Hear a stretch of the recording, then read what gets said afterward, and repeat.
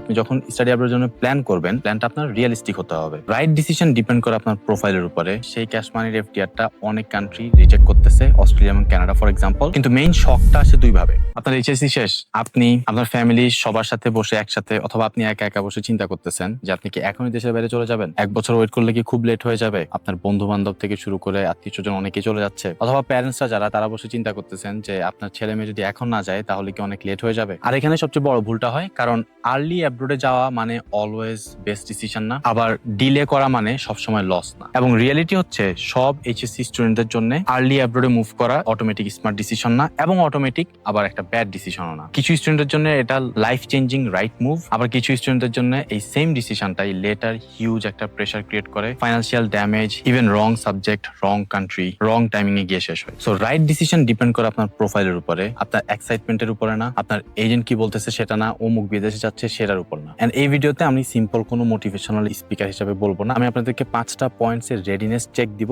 ভিডিওর একদম শেষে আমি ক্লিয়ারলি বলে দিব যে কাদের এই মুহূর্তে দেশের বাইরে যাওয়া উচিত, কাদের 6 থেকে 12 মাস সময় নিয়ে প্রোফাইল বিল্ড করা উচিত, অথবা কাদের ব্যাচেলরটা বাংলাদেশেই করা উচিত। এই ভিডিও দেখার পরে যদি আপনার কোনো কোয়েশ্চেন এবং কনসার্ন থাকে, ডিসক্রিপশনে একটা লিংক দেওয়া থাকবে যেখানে আপনারা ওয়ান অন ওয়ান একটা কনসাল্টিং সেশন বুক করতে পারবেন। আপনি যদি প্যারেন্টস হন স্টিল আপনি বুক করতে পারবেন, আপনি যদি স্টুডেন্ট হন বুক করতে পারবেন। এবং আপনারা যদি এইচএসসি শেষ করে আইএলটিএস নিয়ে রেডি থাকেন, কানাডা, নিউজিল্যান্ড, পর্তুগাল, ডেনমার্ক সহ অন্যান্য কান্ট্রিতে অ্যাপ্লিকেশন করতে চান, we provide A to Z service, professional service from someone who has lived that life for 8+ years. এবং আমাদের এই ভেঞ্চারে অনেক ডিফারেন্ট কান্ট্রির ভাইয়ারাও কাজ করে, নিউজিল্যান্ড থেকে কাজ করে, অস্ট্রেলিয়া, পর্তুগাল, সাইপ্রাস, ডেনমার্ক সহ অনেক কান্ট্রিতে কাজ করে। So we can perfectly provide you that guidance, যেটা বাংলাদেশে বসে একটা এজেন্ট পারবে না, কারণ সে ওখানে আসে only because he needs a job or he has a job, that's why he is like guiding you through that pathway. So আমাদের সেকশন 1 হচ্ছে বাজেট রেডিনেস। এখানে অনেকেই সবচেয়ে ডেঞ্জারাস মিস্টেক করে, তাদের বাজেটের ফুল প্ল্যানিংটা থাকেই অনলি টিউশন ফিস বেসড। কিন্তু মেইন শকটা আসে দুই ভাবে, ব্যাংক স্টেটমেন্ট এবং সোর্স অফ ফান্ড নিয়ে। অনেক স্টুডেন্ট ভিসা অ্যাপ্লিকেশন করার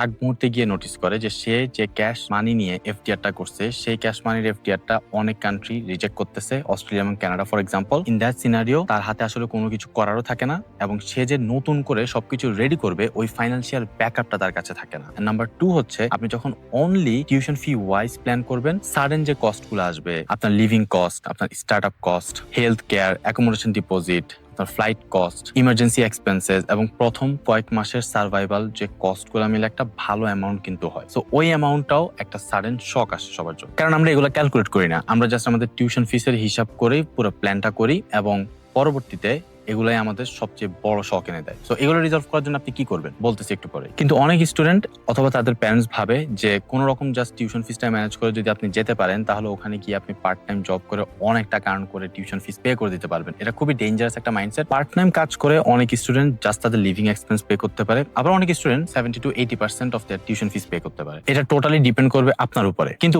ম্যাক্সিমাম কেসে পার্ট টাইম জব করে আপনি 100% টিউশন ফিস দেওয়া একদম ইম্পসিবল হয়ে যায়। বিশেষ করে আপনি যদি এমন বাজেট নিয়ে আসেন যে প্রথম 1 থেকে 2 মাসে যদি আপনি জব না পান, তাহলে অলরেডি আপনার দেশ থেকে টাকা আনা লাগতেছে, that will put you in a big trouble. So এখানে আপনার মেইন ভার্ডিক্টটা কি? মেইন ভার্ডিক্টটা হচ্ছে, আপনি যখন স্টাডি অ্যাব্রোডের জন্য প্ল্যান করবেন, প্ল্যানটা আপনার রিয়েলিস্টিক হতে হবে। আপনি যদি অস্ট্রেলিয়াকে অ্যাফোর্ড করতে না পারেন, অস্ট্রেলিয়াতে যাওয়ার দরকার নেই। আপনাকে দেখতে হবে যে আপনি টিউশন এবং লিভিং কস্ট নিয়ে আপনার রিয়েলিস্টিক একটা অ্যামাউন্ট কি রেডিয়াবলি অ্যাভেলেবল আছে কিনা, আপনার কি ইমার্জেন্সি একটা বাফার অ্যামাউন্ট আছে কিনা, নাকি আপনার প্ল্যানটা টোটালি ডিপেন্ডেন্ট অন কোনোভাবে গিয়ে পার্ট টাইম জব করে ফিগার আউট করবেন। এবং আপনার প্ল্যানের ব্যাকবোন যদি হয় কোনোভাবে গিয়ে পার্ট টাইম জব করে ফিগার আউট করবেন, তাহলে আমার মনে হয় অনেস্টলি আপনি ফার্স্ট ওয়ার্ল্ড কান্ট্রি যেমন অস্ট্রেলিয়া, কানাডা, নিউজিল্যান্ড এদের জন্য রেডি না, বিকজ এই কান্ট্রিগুলো অনেক expensive and you have to be financially ready for this countries. সেক্ষেত্রে আপনি হয়তো ইস্টার্ন ইউরোপিয়ান অথবা অন্যান্য যে মোর অ্যাফোর্ডেবল কান্ট্রিজ গুলো আছে সেগুলোতে চুজ করতে পারেন। সেকশন 2 তে আসবে আমাদের একাডেমিক রেডিনেস চেক। এখানে সব এইচএসসি স্টুডেন্টরা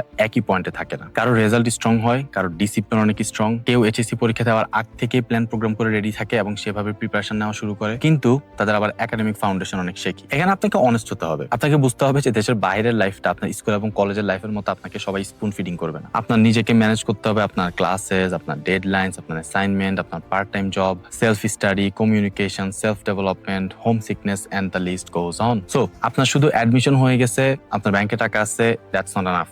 আপনাকে বুঝতে হবে যে ওইখানে গিয়ে যে একটা লাইফ আছে প্লাস আপনার যে একাডেমিক একটা লাইফ, এই দুইটার কম্বিনেশনটা কি আপনি অ্যাকচুয়ালি ডিল করতে পারবেন কিনা। Are you mentally, physically financially that strong. So আপনার যদি একাডেমিক্স খুব একটা স্ট্রং না হয়, আপনার যদি ফাইন্যান্সিয়ালি আপনি ওভাবে রেডি না হন, তাহলে মেবি সামটাইমস 6 to 12 মান্থসের একটা টাইম নিয়ে আপনার প্রোফাইল বিল্ড করাটা makes more sense than applying to a country randomly right away after you finish your HSC. Section 3 হচ্ছে আমাদের ইংলিশ এবং কমিউনিকেশন রেডি। এখানে আপনারা অনেকেই জাস্ট ইংলিশ স্কোর নিয়ে ভাবেন, but score is just only one part. আপনার আসল প্রশ্ন হওয়া উচিত যে ক্লাসগুলা টিচারগুলো নিবে, সেই ক্লাসগুলোকে আপনি বুঝতেছেন কিনা, কোনো কনফিউশন থাকলে আপনি টিচারকে কি আস্ক করতে পারতেছেন কিনা, অ্যাসাইনমেন্টগুলো আপনার যে ক্লাসমেটদের সাথে দেওয়া হবে তাদের সাথে কোলাবোরেট করে আপনি কি সেই ডেলিভারিটা দিতে পারবেন কিনা, আপনি যে জব করবেন সেই জবে আপনি কি ভালোভাবে কমিউনিকেশন করে ডেলিভার করতে পারবেন কিনা আপনার রোলটা। অনেক স্টুডেন্ট কাগজে কলমে অনেক স্ট্রং, কিন্তু যখন রিয়াল কমিউনিকেশনের ক্ষেত্রে আসে দে জাস্ট ফ্রিজ। তখন যেটা হয়, আপনার অ্যাব্রোডের অলরেডি আপনি নতুন নিউ কামার হিসেবে যখন আসবেন, you are like a newborn baby. একটা যখন নিউ বর্ন বেবি আসে তখন আমাদের এক্সপেকটেশন থাকে না যে সে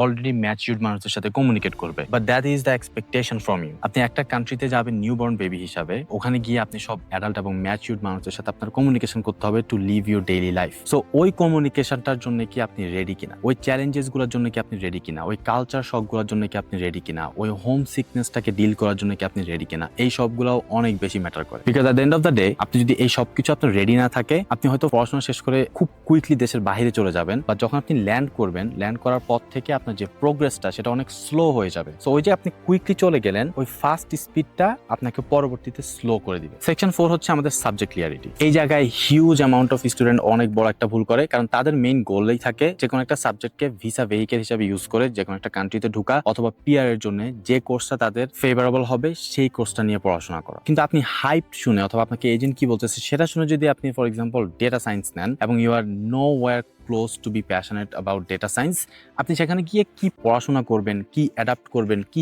জব করবেন, কি অ্যাসাইনমেন্ট করবেন, নাথিং উইল মেক সেন্স। আপনার রেজাল্ট খারাপ হবে, আপনার স্টাডিতে ইন্টারেস্ট থাকবে না, আপনি ডিপ্রেসড হয়ে যাবেন, and that has happen to a lot of Bangladeshi students that I know. এবং at the end of the day future আপনি জব এবং পিআর কোনো দিকে আপনি প্রোগ্রেশন করতে পারবেন না। সো আপনাকে যদি আমি জিজ্ঞেস করি যে আপনি XYZ কোর্স নিচ্ছেন, বাট হোয়াই, এবং আপনার কাছে যদি আনসার থাকে যে আমার অমুক ফ্রেন্ড ওই কোর্সটা নিচ্ছে দ্যাটস ওয়াই, ওই এজেন্সি আমাকে বলছে এই কোর্সটা নিতে that's why, then probably you are not ready. Probably you should do some more research. Probably you should go back to your HSC book and see what you actually loved to study and choose a course according to that. কারণ আমি যদি আপনাকে জিজ্ঞেস করি যে আপনি এই ফিল্ডটা কেন নিচ্ছেন, আমি ধরে নেব সেটা একটা গুড আনসার যখন আমি দেখবো যে আপনার এই ফিল্ড নিয়ে অ্যাকচুয়ালি প্যাশনেট আছে এবং আপনি এই ফিল্ডটাতে অ্যাকচুয়ালি ফিট করেন, আপনার ফিউচার জব লজিক আছে, পিআর পাথওয়েজ ক্লিয়ার আছে, এবং আমি বুঝবো যে আপনি ক্রাউড ফলো করে কোনো একটা কোর্স নিচ্ছেন না। সো এখানে আপনাকে কান্ট্রি ফার্স্টে সিলেক্ট করতে হবে না, আপনাকে ফার্স্টে সিলেক্ট করতে হবে আপনার প্রোফাইল স্পেসিফিক, আপনার ইন্টারেস্টের সাথে কোন কোর্সটা ম্যাচ করে, সেই কোর্সটা যে কান্ট্রিতে ডিমান্ড আছে go for that country. Obviously make sure যে সেই কান্ট্রির ফাইন্যান্স,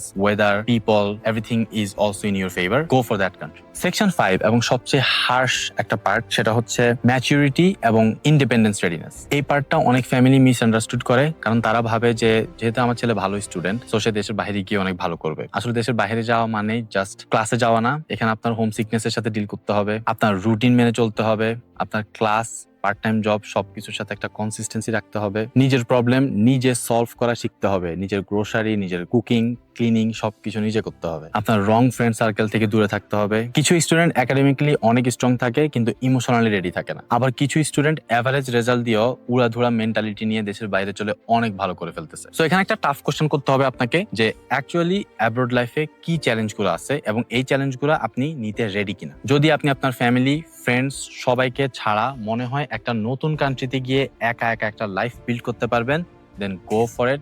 আদারওয়াইজ মেবি বাংলাদেশে থেকে ব্যাচেলরটা কমপ্লিট করে আর একটু বুঝে শুনে দেশের বাইরে যাওয়া উচিত। এইচএসসির পরে কাদের দেশের বাইরে যাওয়া উচিত? নাম্বার 1, যাদের ফাইন্যান্সিয়াল ব্যাকআপ আছে, যাদের বাজেট রিয়ালিস্টিক আছে, যারা প্রথম কয়েক মাস পার্ট টাইম জব না করেও নিজের লিভিং এক্সপেন্সটা বিয়ার করতে পারবে, এবং যাদের ফ্যামিলির যে আর্নিং এবং সোর্সটা আছে সেই সোর্সটা ক্লিয়ারলি ম্যাচ করে এবং অ্যালাইন্ড উইথ ইচ আদার, যাদের একাডেমিক রেজাল্ট ভালো অথবা ওয়ার্কেবল, ইংলিশ কমিউনিকেশন স্কিল ভালো, সাবজেক্ট এবং ডিরেকশন ক্লিয়ার, আপনি matured enough to lead your own life, তাহলে আপনার এইচএসসি শেষ করছেন, যে কোনো একটা দেশে চলে যান, you will definitely do very well. আর কাদের 6 থেকে 12 মাস ওয়েট করা উচিত? যারা হচ্ছে ইংলিশ কমিউনিকেশনে এখনো ওই লেভেলের স্ট্রং না, মিড একটা লেভেলে আপনি স্ট্রং, আপনার ফ্যামিলির যে ফাইন্যান্স আছে সেই ফাইন্যান্সে কিছু গ্যাপ আছে, এগুলোতে আপনার কাজ করতে হবে, কারণ এট the end of the day cash FDR anyone can do it. একটা টোকাইয়ের ছেলেও ক্যাশ এফডিআর করতে পারবে, নো প্রবলেম। কেউ কোনো ব্যাকগ্রাউন্ড দেখে না ক্যাশ এফডিআর করতে। আপনার ক্যাশ এফডিআর কোনো দেশের এজেন্সি এখন আর কেয়ার করে না। You have to show proof of fund, কোথা থেকে টাকা আসছে, trace and every single documents আপনাকে প্রপারলি ফ্ললেসলি শো করতে হবে, যেন তারা কোনো ডাউট না করে আপনাকে আপনার আইডি অথবা আপু কি বলছে, they don't care, they want to see your tax. If someone tells you যে আপনার ট্যাক্স ভেরিফাই করতে পারে না, don't listen to them. Immigration officer can email NBR and they can verify how much money you earn in a tax year, how much assets you had, how much of anything you had, they can find it out. So এটা খুব important. এবং আমাদের সাথে অনেক student আসে যারা হচ্ছে application করার 2-3 মাস আগে একটা ক্যাশ এফডিআর নিয়ে আসে। Unfortunately we don't help them, because আপনি ক্যাশ এফডিআর নিয়ে আসছেন, first of all I can't work with a cash FDR. Number 2, আপনি যদি আমার সাথে কাজ করতে হয় এবং আপনার ফাইন্যান্সিয়াল প্রোফাইল উইক থাকে, you have to come to us at least 8 months ago so we can walk you through step by step on how to build a perfect best financial profile. এই quality গুলো যদি আপনার অ্যাপ্লিকেশনে থাকে তাহলে আপনার জন্য 6 থেকে 12 মাসের একটা টাইম নেওয়া উচিত, নিয়ে আপনি ভালোভাবে অ্যাপ্লিকেশনটা গুছিয়ে অ্যাপ্লাই করেন। 6 থেকে 12 মাস আপনি কোথাও এক জায়গায় অ্যাডমিটেড থাকেন, যেন আপনার ওই গ্যাপ ইয়ারটা আপনি এক্সপ্লেন করতে পারেন। নেক্সট, কারো যদি ফাইন্যান্সিয়াল ব্যাকআপ একদমই না থাকে, আপনি source of fund, proof of fund দেখাতে পারবেন না। আপনার যদি একাডেমিক রেজাল্ট খুবই খারাপ থাকে, যেমন এইচএসসি তে আপনার 2.5 অথবা আন্ডার 3 থাকে, দেন আপনি যদি হোম সিক হন, আপনি যদি ইন্ডিপেন্ডেন্টলি কাজ করতে না পারেন, আপনি যদি নিজের প্রবলেমগুলো নিজে কমিউনিকেট করতে না পারেন, আপনার যদি ইংলিশের স্কিল খুবই দুর্বল হয়, তাহলে আমার মনে হয় আপনাদের ব্যাচেলরটা বাংলাদেশে করা উচিত। ব্যাচেলরটা করে দেন মাস্টার্সে যাবেন, বিকজ ব্যাচেলর যখন আপনি করবেন আপনি অনেক কিছু শিখতে পারবেন। ইয়েস, ব্যাচেলর আপনাকে অনেক দূরে নিয়ে যাবে না, বাট ব্যাচেলর করলে আপনি অনেক প্রফেশনালিজম শিখতে পারবেন, অনেক ইন্ডিপেন্ডেন্ট হতে পারবেন।